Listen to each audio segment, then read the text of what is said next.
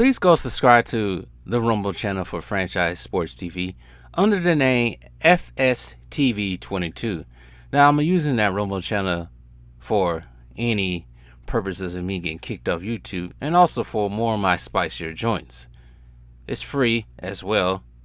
I have the freedom to say whatever I want to say as well. So go subscribe to FSTV22. That is Franchise Sports TV 22 on Rumble. As the season closes in, expect more news topics from this season. I told you guys probably this once before, sometime this week. I am not looking forward to the upcoming season. Not in terms of basketball. I'm looking forward to the entertainment, and particularly one team. And you guys probably already know who that team is, but we ain't gonna say no names around here. But I'm just not looking forward to the league at all. Like, I'm more interested in football and baseball. Baseball is starting to get entertaining to me, at least, as we get closer to the postseason. I wish I could talk baseball a little bit more. I don't know the ins and outs, the strategies behind baseball, because I haven't played baseball since probably, could have been middle school. So, yeah. But maybe I should make another channel talking about baseball and football and leave this channel strictly to basketball. Maybe I should do that, because I do like to know more about football than I know about baseball. I actually learn more baseball watching all these games now. Actually, I knew some of this stuff, and some of it is now recirculating in my head. But anyways, so like I said, the NBA season's upon us. But I expect y'all to hear more dumb things as the season. Let's say baseball season or basketball season upon us. I expect you guys to hear more goofy stuff. We haven't heard enough goofy stuff already with the NBA. So some of you guys may have seen this. I know some of you guys have already commented on this, but I wanted to make a video to expound more. So some of you guys, like I said, might have seen this community tab yesterday. And there's this crazed fan. All right, listen to what he says. I'm going to read it to the top. Should I read it like a little stand? I'm going to read it like a little stand. LeBron is my GOAT. His fans really love him, and his haters really hate him. Well, you got one thing right. You guys really do love him a little bit too much. You guys love him so much that you're threatening somebody. Threaten death upon somebody. Because somebody talk about your king, your father figure. And when he says haters really hate him, that insult is so dry, it's just as old as LeBron himself. Probably even older. I really want to know the definition of hate from these guys. Because when we criticize him, and on this channel, I just don't criticize LeBron. I go after everyone. I go after people I do like. So, anyways. How people can say he's not top 20 all time is ridiculous. Well, here's the eye test. You put him against the other greats, and skill-wise, from the eye test, he does not compare to anyone else. I think it was just a couple of days ago, Kwame Brown said something about LeBron's skill. And he said his lack of skill level would harbor him 20 years ago. Because his lack of skill level. And then LeBron, of course, passive aggressive he is, he did respond to that. Showed a video from a 2017, I think it was a 2017-2018 season game against the Washington Wizards. I remember this game. When LeBron scored like 53, 55 points. And then he goes on to say, hey, I bullied everyone there. I'm more than that. I'm more. I'm like, dude, you're bigger than everyone. You bully ball everyone. You play football out there. And when it comes to people greater than you, we know is greater than you, you still will not compare ever. Your skill set is not on par with Jordan's. We ain't gonna talk about Jordan. Forget Jordan. Your skill set is not on par with Bird, Tim Duncan, Kobe, Magic.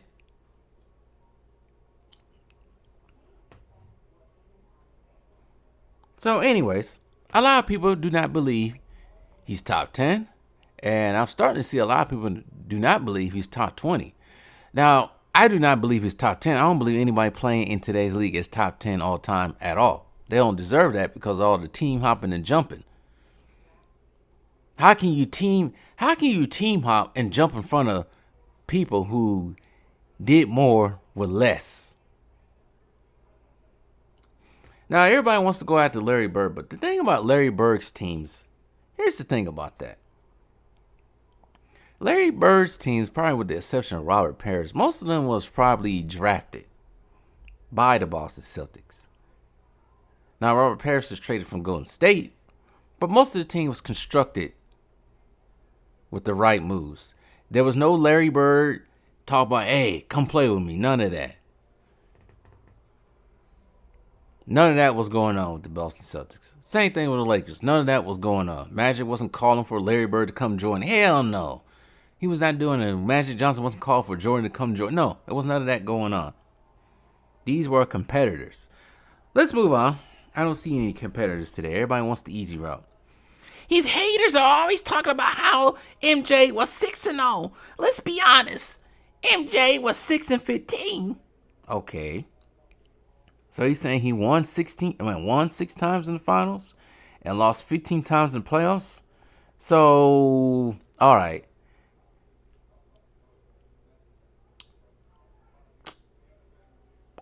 I'm not going to count Robert Horry. I barely want to count Bill Russell. Because then you had to admit Bill Russell's team was a super team, but they wasn't constructed by everybody clicking up, though. But that pretty much was the first super team. But it wasn't a super team constructed by clicking up and jumping from one team to one team so you can beat everybody. Outside of probably Robert Horry and Bill Russell. And I do think Jordan, skill-wise and everything else, is heads above Bill Russell. I'm not saying Bill Russell was a trash player. No, he was not. Very good defensive player. Offensively, not as great. I don't think he was offensively as great as Kareem or Wilt. But everybody else has a below 500 record if you're going to do that, though. You know. What would you rather take? 6-15? Oh, let me get to that point right quick before I mention that. So, this idiot says, let's be honest, MJ was 6-15. Besides those 6 finals appearances. Okay, let me go back to the voice. Besides those 6 finals appearances, he didn't make it to the playoffs or got sent home really early. Well, if you know your history of the Chicago Bulls and your NBA history, Jordan's teams, when he first was drafted in '84, were absolutely trash. So you forget about that part. See, this is the problem I have with the stands and these clueless NBA supposedly fans. They don't do their research. They don't listen to anyone. They think they know everything, but they don't know everything. If you knew everything, you knew that Jordan's teams back then were not great. They was terrible. So why is he telling it? Why are we going with this lie?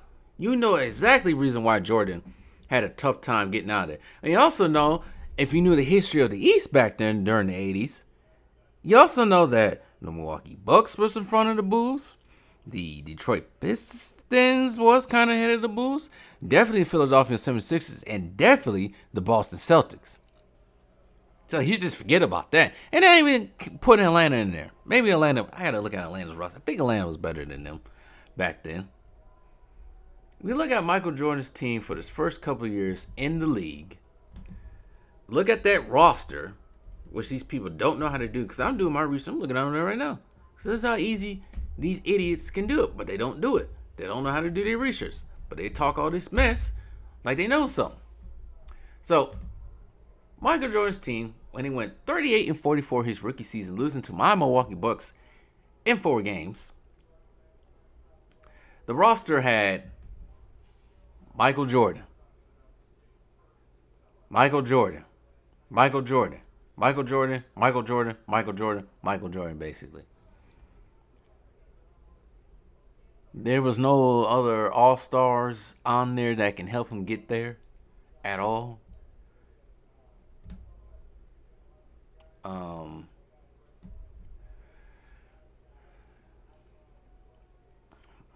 Jordan averaged 28 points a game that year in his rookie season, but he did have Orlando Woolridge. But when it comes to, they just wasn't great. Quentin Daly averaged 16.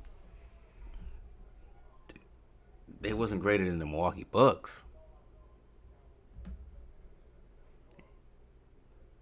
They wasn't, and they was only 38-44, which is not terribly off. They was finished 7th in the conference that year, but they weren't on any level of those other teams that I mentioned.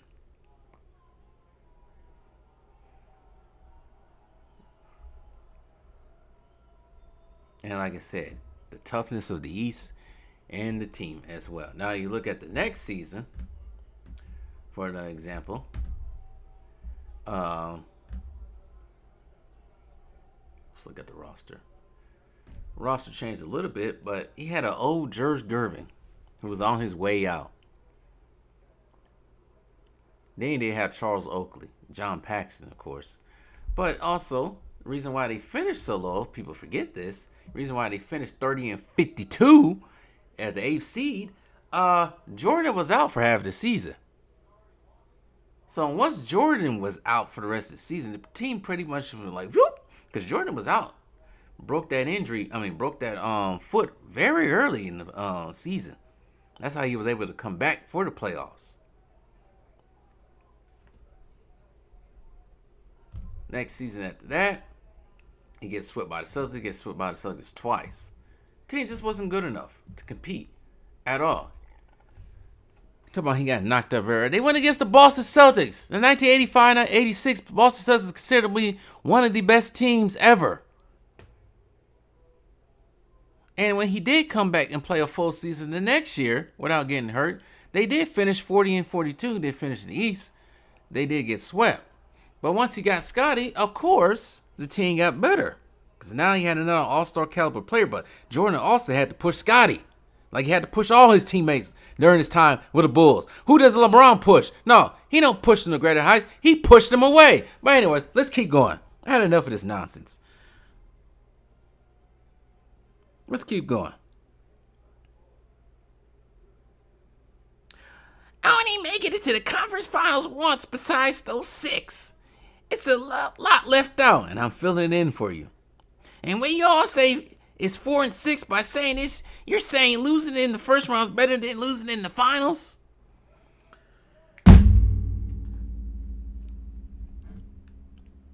So you mean to tell me 6-15 is worse than 4-21? Some people even say 3.5 in 21 years. Or some even say 3 years in 21 years. Some even say 2 years in 21 years. But also, here's what you forget, you freaking nincompoop. You forget that this man LeBron has created 500 super teams. He created 500 super teams.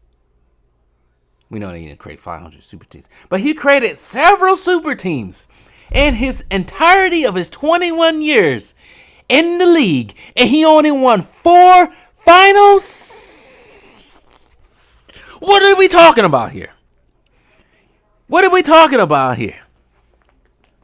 He should have won not 5, not 6, not 7, not 8, not 10. He should have won it almost every year with all them damn fucking super teams. What the fuck are you talking about? I had enough of this shit. I had enough. I'm sorry. I had enough.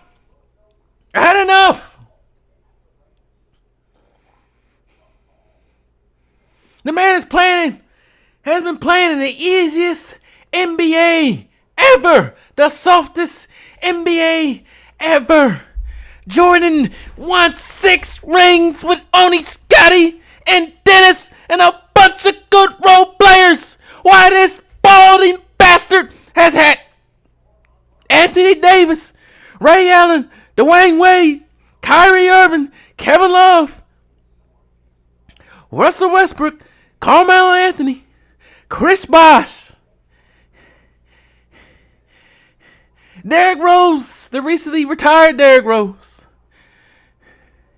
Isaiah Thomas, even though he was hurt, Marc Gasol, D'Angelo Russell. I'm going back to the Cleveland days. He had Carlos Boozer, Larry Hughes, who was a good, decent role player that could play defense, Mo Williams. And you say this man is greater than Jordan, the ultimate competitor?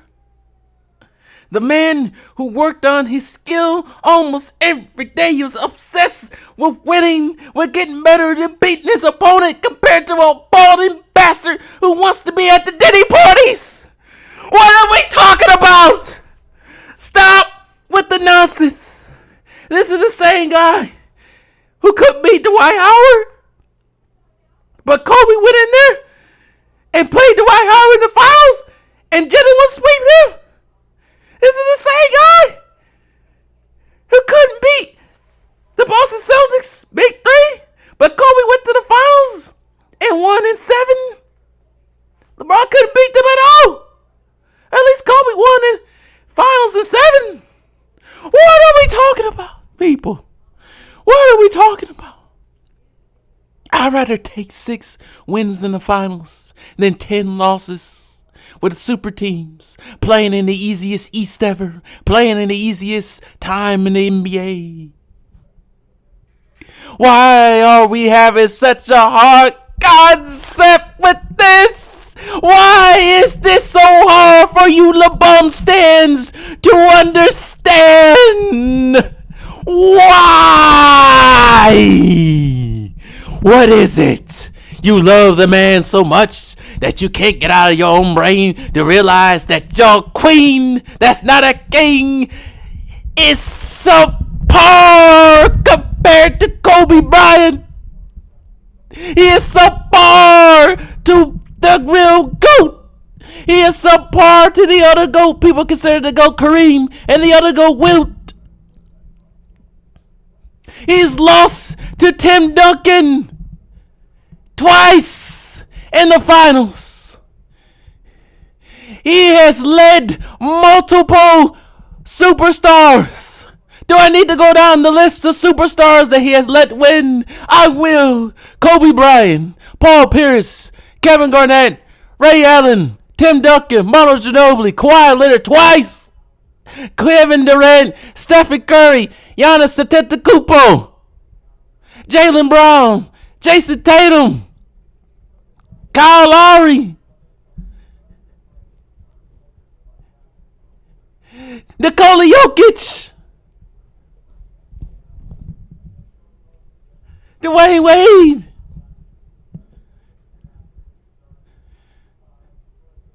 Dirk Nowitzki, Jason Kidd. Do I need to go on? Some people multiple times.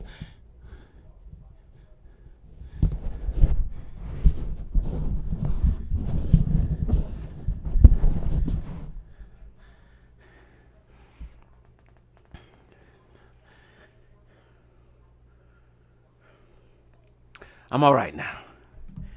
I just don't get it. I don't get it, people.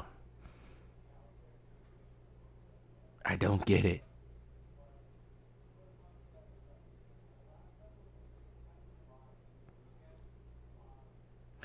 I don't get it. And a LeBron stan just said something totally stupid. He just said something totally stupid. I don't even think he was a LeBron fan. He might be a Jokic fan saying that Jokic cooks every big man. Where he had a tough time with Joel Embiid in the Olympics. He had tough times with athletic centers who are just big as him. So don't start that bullshit. I'm getting tired of y'all with the bullshit all the time. And I'm not supposed to be swearing, but I gotta say it because I'm getting tired of it. I'm tired of this revisionist history. Tired.